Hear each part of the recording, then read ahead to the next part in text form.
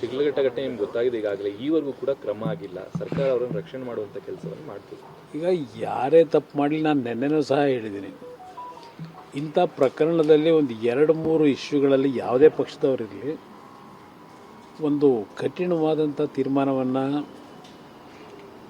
ಸರ್ಕಾರದಲ್ಲಿ ಕ್ರಮ ತೆಗೆದುಕೊಂಡ್ರೆ ಇಂಥ ಘಟನೆಗಳು ಪದೇ ಪದೇ ನಡೆಯಲ್ಲ ನನ್ನ ಅಭಿಪ್ರಾಯದಲ್ಲಿ. ಆ ನಿಟ್ಟಿನಲ್ಲಿ ಸರ್ಕಾರ ಇದನ್ನು ಗಂಭೀರವಾಗಿ ತೆಗೆದುಕೋಬೇಕು. ಇಲ್ಲಿ ಪ್ರಶ್ನೆ ಯಾವ ಪಕ್ಷದ ಕಾರ್ಯಕರ್ತ ಅನ್ನೋದಕ್ಕಿಂತ ಹೆಚ್ಚಾಗಿ ಇವತ್ತು ಅಧಿಕಾರಿಗಳ ಜೊತೆಯಲ್ಲಿ ಯಾವ ರೀತಿ ನಮ್ಮ ನಡವಳಿಕೆ ಇರಬೇಕು. ಹೌದು, ಯಾವುದೋ ಒಂದು ಸಮಯದಲ್ಲಿ ಅಧಿಕಾರಿಗಳ ಮೇಲೆ ಒತ್ತಡಗಳು ಬರೋದು ನಾವು ನೋಡಿದ್ದೇವೆ ಇತ್ತೀಚೆಗೆ. ಪ್ರಾಮಾಣಿಕವಾಗಿ ಅವ್ರು ಕೆಲಸ ಮಾಡಲಿಕ್ಕಾಗಲ್ಲ. ನಾನು ಅದನ್ನು ಭಾಳ ನೋಡಿದ್ದೀನಿ, ಭಾಳ ಎಕ್ಸಾಂಪಲ್ಲು ಕೊಡಬಲ್ಲೆ. ಇತ್ತೀಚೆಗೆ ಅಧಿಕಾರದಲ್ಲಿರ್ತಕ್ಕಂಥವರು ಅಧಿಕಾರಿಗಳ ಮೇಲೆ ಒತ್ತಡ ಏರಿ ಕಾನೂನು ಬಾಹಿರವಾಗಿ ಏನೊಂದು ಅವರಿಂದ ಕೆಲಸ ಮಾಡಿಸ್ಲಿಕ್ಕೆ ಹೊರಡ್ತಾರೆ. ಅದಕ್ಕೆ ಇವತ್ತು ಜನಸಾಮಾನ್ಯರೋ ಕಾರ್ಯಕರ್ತರೋ ಅಧಿಕಾರಿಗಳ ಮೇಲೆ ದಬ್ಬಾಳಿಕೆ ಮಾಡೋದು ಒಂದು ಭಾಗ. ನಾನು ಅಧಿಕಾರಿಗಳಿಗೂ ಹೇಳ್ತಕ್ಕಂಥದ್ದು, ಒಂದು ಸಲಿಯೇ ಮೊನ್ನೆ ಯಾವುದೋ ಒಂದು ದಿನಪತ್ರಿಕೆಯಲ್ಲಿ ನೋಡ್ತಾ ಇದ್ದೆ, 8 ವರ್ಷಗಳ ಹಿಂದಿನ ಘಟನೆ. ನಮ್ಮ ವಿಕಾಸಸೌಧ ಕಟ್ಟಿದಾರಲ್ಲ, ಆ ವಿಕಾಸಸೌಧವನ್ನು ಕಟ್ಟಬೇಕಾದ್ರೆ ಗೈಡ್ಲೈನ್ಸ್ ಏನಿತ್ತು, ಟೆಂಡರ್ನಲ್ಲಿ ಇದ್ದಂಥ ಕೆಲವು ಕಾಂಟ್ರಾಕ್ಟ್ರಿಗೆ ಕೆಲಸ ಏನು ಮಾಡಬೇಕು ಅಂತಕ್ಕಂಥದ್ದಿತ್ತು, ಅದನ್ನು ಮಾಡದೇ ಇದ್ದರೂ ಸಹ ಬಿಲ್ ಕೊಟ್ಟಿದ್ದಾರೆ.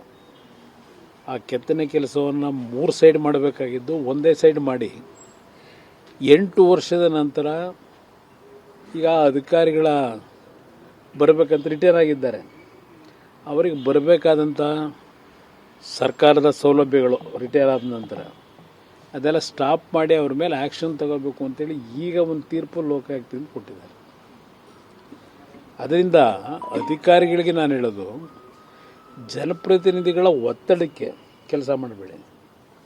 ನಿಮಗೆ ಕೆಲಸಕ್ಕೆ ಜಾಯಿನ್ ಆದಾಗ ಸರ್ಕಾರದಿಂದ ಕೆಲವು ನಿಯಮಾವಳಿಗಳನ್ನು ರಚನೆ ಮಾಡಿದ್ದಾರೆ. ಆ ನಿಯಮಾವಳಿಗಳಲ್ಲಿ ಉಲ್ಲಂಘನೆ ಆಗದೇ ಇರತಕ್ಕಂಥ ರೀತಿಯಲ್ಲಿ ನಿಮ್ಮ ಆತ್ಮಸಾಕ್ಷಿ ಕೆಲಸ ಮಾಡಿ. ಪೋಸ್ಟಿಂಗ್ ಎಲ್ಲೋ ಕೊಡ್ತಾರೆ, ಎಲ್ಲಾದ್ರೇನು ನೀವೆಲ್ಲರೂ ಕೆಲಸ ಮಾಡಲೇಬೇಕು. ಪೋಸ್ಟಿಂಗ್ಗೋಸ್ಕರವಾಗಿ ಕಾನೂನು ಬಾಹಿರವಾಗಿ ಕೆಲವು ಜನಪ್ರತಿನಿಧಿಗಳು ನಿಮ್ಮ ಮೇಲೆ ಒತ್ತಡ ಆಗ್ತಕ್ಕಂಥದ್ದೇನಿದೆ, ಅದಕ್ಕೆ ತಾವು ಯಾರೂ ತಲೆಬಾಗಬಾರ್ದು. ಪ್ರಾಮಾಣಿಕವಾಗಿ ಕೆಲಸ ಮಾಡಿ ಅಂತಕ್ಕಂಥದ್ದನ್ನು ಈ ಸಂಕ್ರಾಂತಿ ದಿನ ಹೇಳಲಿಕ್ಕೆ ಸರ್, ಶಿಡ್ಲಘಟ್ಟ ಘಟನೆ ವಿಚಾರವಾಗಿ ಸಂಗಮೇಶ್ ಅವರ ಪುತ್ರನೂ ಅಧಿಕಾರಿಗಳಿಗೆ ಧಮಕಿ ಹಾಕ್ತಾರೆ.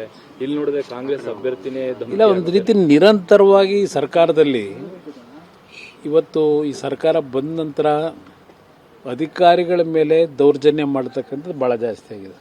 ಸಾಮಾನ್ಯ ಕಾರ್ಯಕರ್ತರಿಂದ ಹಿಡಿದು ಅಧಿಕಾರದಲ್ಲಿರ್ತಕ್ಕಂಥ ಮೇಲಿನ ಮಟ್ಟದವರು ಸಹ ಅವ್ರ ಮೇಲೆ ಹಲವಾರು ರೀತಿ ಒತ್ತಡಗಳನ್ನು ಹಾಕಿ ಕಾನೂನು ಬಾಹಿರವಾದಂಥ ತೀರ್ಮಾನಗಳನ್ನು ಮಾಡಿಸ್ತಕ್ಕಂಥದ್ದೇ ನಡೀತಾ ಇದೆ. ಇದು ಸರ್ಕಾರ ಸರಿ ಇಲ್ಲದೆ ಇದ್ದರೆ ಇವೆಲ್ಲ ನಡೆಯೋದು.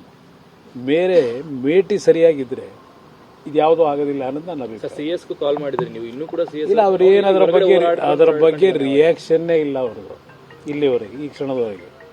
ನೋಡೋಣ, ನಾಳೆ ಇವತ್ತು ಸಂಕ್ರಾಂತಿ ಇರೋದ್ರಿಂದ ಮತ್ತೆ ನಾನು ಡಿಸ್ಟರ್ಬ್ ಮಾಡಲಿಕ್ಕೆ ಹೋಗಿಲ್ಲ. ನಾಳೆ ನಾನು ಪುನಃ ಮಾತಾಡ್ತೀನಿ. ಕೊನೆಯ ಪ್ರಶ್ನೆ.